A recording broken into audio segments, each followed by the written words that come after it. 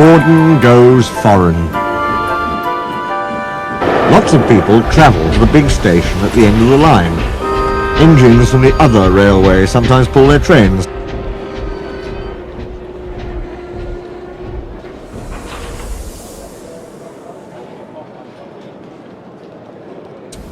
These engines stay the night and go home next day. Gordon was talking one day to one of these. "When I was young and green," he said, "I remember going to London. Do you know the place? The station's called King's Cross." "King's Cross?" snorted the engine. "London's Euston. Everybody knows that." "Rubbish," said Duck. "London's Paddington." "I know. I worked there." They argued till they went to sleep. They argued when they woke up. They were still arguing when the other engine went away.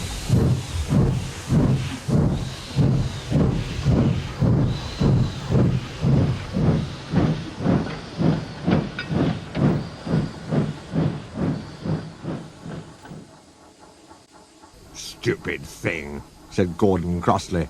"I've no patience." "Stupid yourself," said Duck. "London's Paddington. Paddington, do you hear?"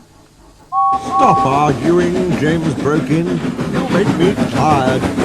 You're both agreed about something anyway." "What's that?" "London's not Euston," laughed James. "Now shut up." Gordon rolled away, still grumbling. "I'm sure it's King's Cross.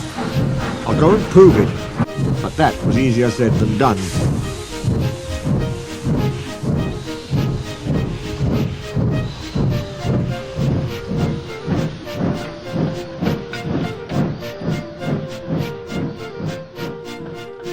London lay beyond the big station, at the other end of the line. Gordon had to stop them.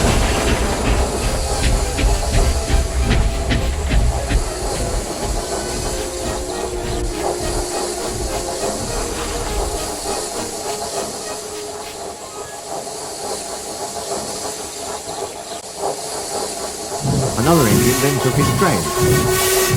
If I didn't stop, he thought, I could go to London. One day he ran right through the station.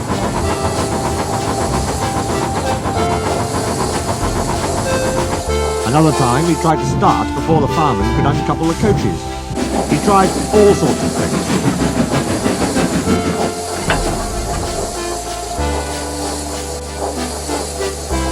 But it was no good. His driver kicked him every time.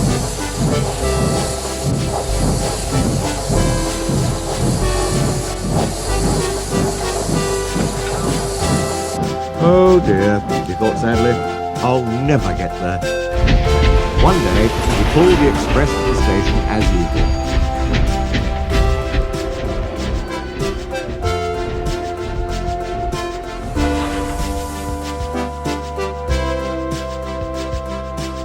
His fireman uncoupled the coaches, and he ran onto his siding to wait till it was time to go home. The coaches waited and waited at the platform, but their engine didn't come. A porter ran across and spoke to Gordon's driver. "The inspector's on the platform. He wants to see you." The driver climbed down from the cab and walked over to the station. He came back in a few minutes looking excited. "Hello," said the fireman. "What's happened?" "The engine for the express turned over when it was coming out the yard. Nothing else can come in or out. They want us to take the train to London. I said we would if the Fat Controller agreed. They telephoned and he said we could do it. How's that?" "Fine," said the fireman. "We'll show them what the Fat Controller's engines can do." "Come on," said Gordon, "let's go."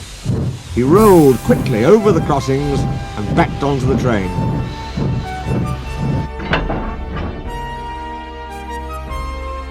It was only a few minutes before the guard blew his whistle, but Gordon thought it was ages.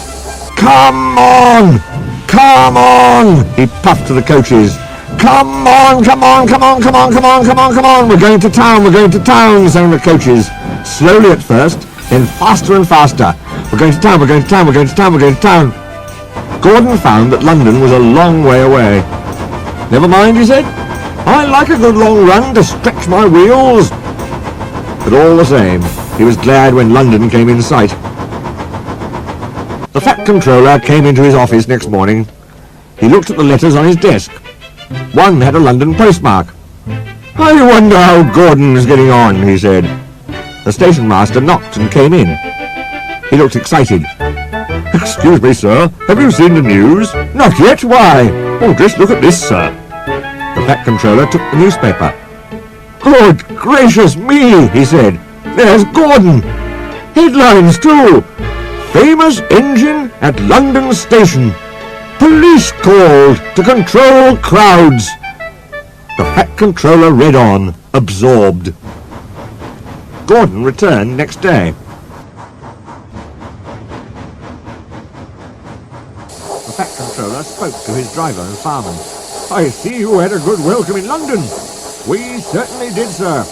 We signed autographs till our arms ached. And Gordon had his photograph taken from so many directions at once that he didn't know which way to look. Good, smiled the Fat Controller. I expect he enjoyed himself. Didn't you, Gordon? No, sir, I didn't. Why ever not? London's all wrong, answered Gordon sadly. They've changed it. Isn't King's Cross anymore? It's Pancras.